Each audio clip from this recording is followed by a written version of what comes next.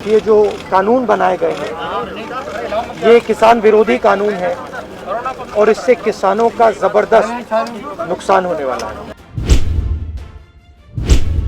बिना किसानों से चर्चा किए, बिना मजदूरों से पूछे ये कानून ऊपर से थोप दिए गए और इन कानूनों को हटाना ही पड़ेगा, विद्रोह करना ही पड़ेगा। मतलब जो भी नरेंद्र मोदी जी से सत्ता लेने की कोशिश करेगा वो आतंकवादी है। अभी मैं कुछ दिन पहले ऑपोजिशन पार्टीज के लीडर्स के साथ गया और अब हम कांग्रेस पार्टी के जो सीनियर लीडर्स हैं उनके साथ गए। राष्ट्रपति से हमने कहा कि ये जो कानून बनाए गए हैं ये किसान विरोधी कानून है और इससे किसानों का जबरदस्त नुकसान होने वाला है, मजदूरों का, किसानों का।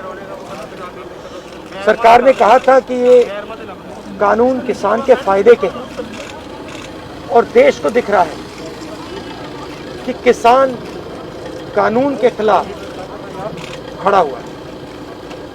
और मैं प्रधानमंत्री जी से कहना चाहता हूं कि ये किसान हटेगा नहीं। प्रधानमंत्री को ये नहीं सोचना चाहिए कि किसान और मजदूर घर चले जाएंगे, नहीं जाएंगे। जब तक ये कानून वापस नहीं लिया जाएगा, जॉइंट सेशन कीजिए और कानून को एकदम वापस लीजिए, क्योंकि किसान वापस नहीं जाने वाला है। और हम सब, विपक्ष की सब पार्टियां किसानों के साथ, मजदूरों के साथ खड़े हैं और खड़े रहेंगे। जिस प्रकार से ये कानून पास किया गया वो भी बिल्कुल गलत था। बिना डिबेट किए, बिना किसानों से चर्चा किए, बिना मजदूरों से पूछे ये कानून ऊपर से थोप दिए गए और इन कानूनों को हटाना ही पड़ेगा, विद्रोह करना ही पड़ेगा। हम 3 लोग राष्ट्रपति के पास गए हैं, बट हम करोड़ों सिग्नेचर्स लेके गए। हम किसान की आवाज राष्ट्रपति जी को तक ले गए। सर्दी का मौसम है और पूरा देश देख रहा है कि किसान दुख में है, दर्द में है और मर भी रहे हैं। प्रधानमंत्री को सुनना ही पड़ेगा। और मैं एडवांस में चीज बोल देता हूं। मैंने कोरोना के बारे में बोला था कि नुकसान होने जा रहा है।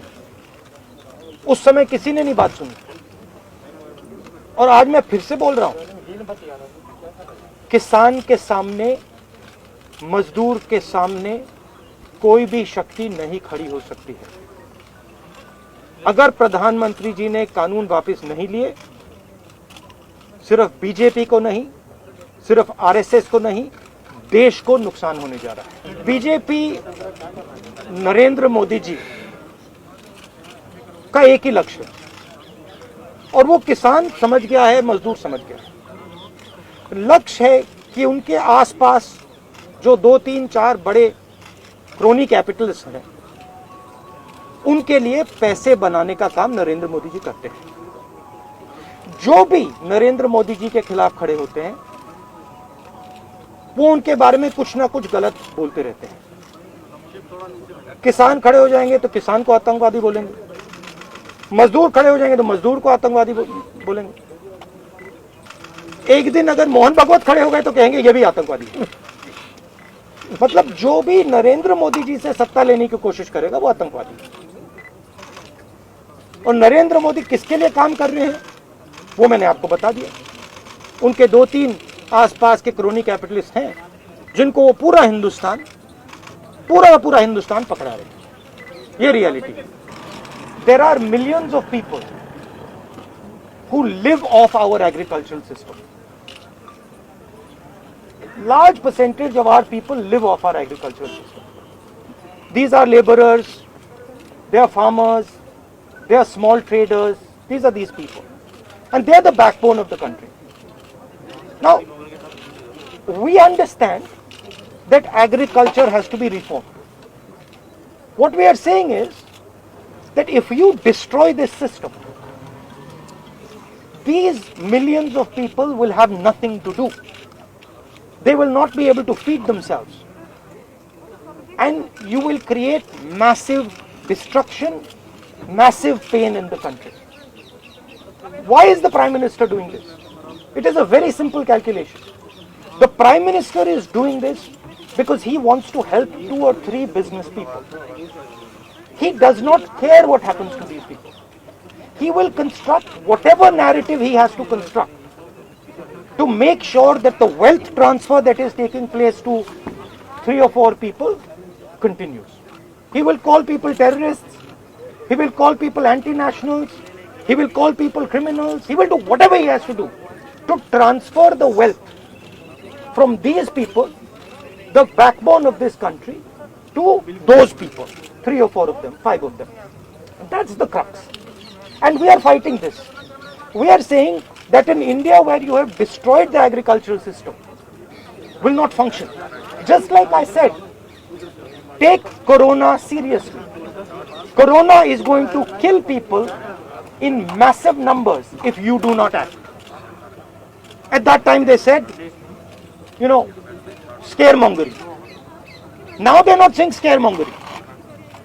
When I suggested to the Prime Minister that do not do this in a centralized way, give power to the chief ministers, he didn't do it. He caused thousands and thousands of people to die because he didn't do it. And then afterwards, after I said it in the press conference, he did it. So the point is, you have an incompetent man who is controlled by certain other people. This is what India has to understand. This is what all youngsters have to understand. You have an incompetent man who doesn't understand anything, running a system on the behalf of 3 or 4 other people who understand everything. And their aim is to take huge amounts of money from the poor people of India and put it in their pockets. And that is what we are fighting. And frankly, it doesn't matter what you think right now, because all of you will face this. There's not going to be a single person in this country who's not going to face this. If you're a farmer, you will face it. You're a small businessman, you will face it. You're a journalist, you will face it. This is an assault on the idea of India. That is why we're standing here. That is why I've gone to the president. That is why we've signed these forms. We are not allowed to go out. We are not allowed to go out of the ICC office. The police stops us from going out. Why don't you let us go out? Why don't you let me go and tour in the states? See what happens. Every single farmer of this country, every single labor of this country will stand up. But आप police लगवाते हो, हाथरस जाते हो, arrest करते हो, तो AIC से हमारे MPs को बाहर नहीं निकलने देते हो, और फिर कहते हो कि भैया मतलब सब कुछ ठीक है. और Prime Minister needs to realize that there is a limit to this. आपने थोड़ा सा करना है, आपने 2-3 लोगों की मदद करनी है, थोड़ा सा करना है, आप कर सकते हो. बट जिस प्रकार से नरेंद्र मोदी कर रहे हैं, मैं फिर से दोहरा रहा हूं, हिंदुस्तान के किसी भी युवा को रोजगार नहीं मिलेगा. सारे छोटे बिजनेस, सारे मिडिल साइज बिजनेस खत्म हो जाएंगे. और दूसरी बात याद रखिए, जिस चीज को आप सब भूल गए हैं, चाइना बॉर्डर पे बैठा है. चाइना ने हिंदुस्तान की हजारों किलोमीटर जमीन छीन ली है. प्रधानमंत्री उनके बारे में क्यों नहीं कहते? उसके बारे में चुप क्यों है? तो मेरा कहना है कि पूरा का पूरा कॉम्बिनेशन बन रहा है. एक तरफ आप अपने सिस्टम को तोड़ रहे हो, आप अपने लोगों को लड़ा रहे हो, आप अपने किसान को मार रहे हो, मजदूर को मार रहे हो, और दूसरी तरफ बाहर से फोर्सेस देख रही हैं, कह रहे हैं कि बहुत अच्छा है, नरेंद्र मोदी हिंदुस्तान को कमजोर कर रहा है और हमारे लिए अच्छी अपॉर्चुनिटी बनने जा रही है. मैं देश को बता रहा हूं, मैं वार्निंग दे रहा हूं कि आप देखिए क्या हो रहा है. और मैं आपको भी कह रहा हूं, प्रेस वालों को भी कह रहा हूं, मैं समझता हूं कि आपको सैलरी मिलती है और आपके लिए बहुत मुश्किल है. मैं समझता हूं बात, इसलिए आप नहीं कह पाते हो जो आपको कहना है. मगर आपके देश को, हमारे देश को बहुत जबरदस्त नुकसान होने वाला है. बहुत डेंजरस रास्ते पर यह देश चल रहा है. कांग्रेस के तमाम एमपी को इंक्लूडिंग प्रियंका जी को भी जो है डिटेन कर लिया, उसका आपको क्या? वो तो तरीका है, इनका तरीका है डिटेन करना, मारना, पीटना, ये इनका तरीका है. बट हम नहीं करते. डिटेन करना आपको लगता है सही है? ये आप किस देश की बात कर रहे हो? ये कौन सी देश की बात कर रहे हो? डेमोक्रेसी या मतलब कौन से देश की बात कर रहे हो? इंडिया की बात कर रहे हो? इंडिया में कोई डेमोक्रेसी नहीं है. डेमोक्रेसी इंडिया में ये मतलब आपके इमेजिनेशन में हो सकती है, मगर रियलिटी में है नहीं। आप एग्रीकल्चर फार्मर थी, अब आप जर्नलिस्ट हैं, है ना? तो आप जानते हो कि आपके फादर ने इन्वेस्टमेंट किया या नहीं? नहीं, मैं तो जानती हूँ, लेकिन अरे मैं आपसे पूछ रहा हूँ, आप देश की महिला हैं, आपके पिता ने इन्वेस्टमेंट किया ना? मेरी मदर फार्मर है। मदर फार्मर है, उन्होंने इन्वेस्टमेंट किया ना?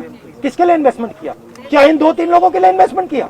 24 घंटा इन्वेस्टमेंट करते हैं और उधर इन्वेस्टमेंट कहीं और जाता है, रिटर्न कहीं और जाता है। Thank you.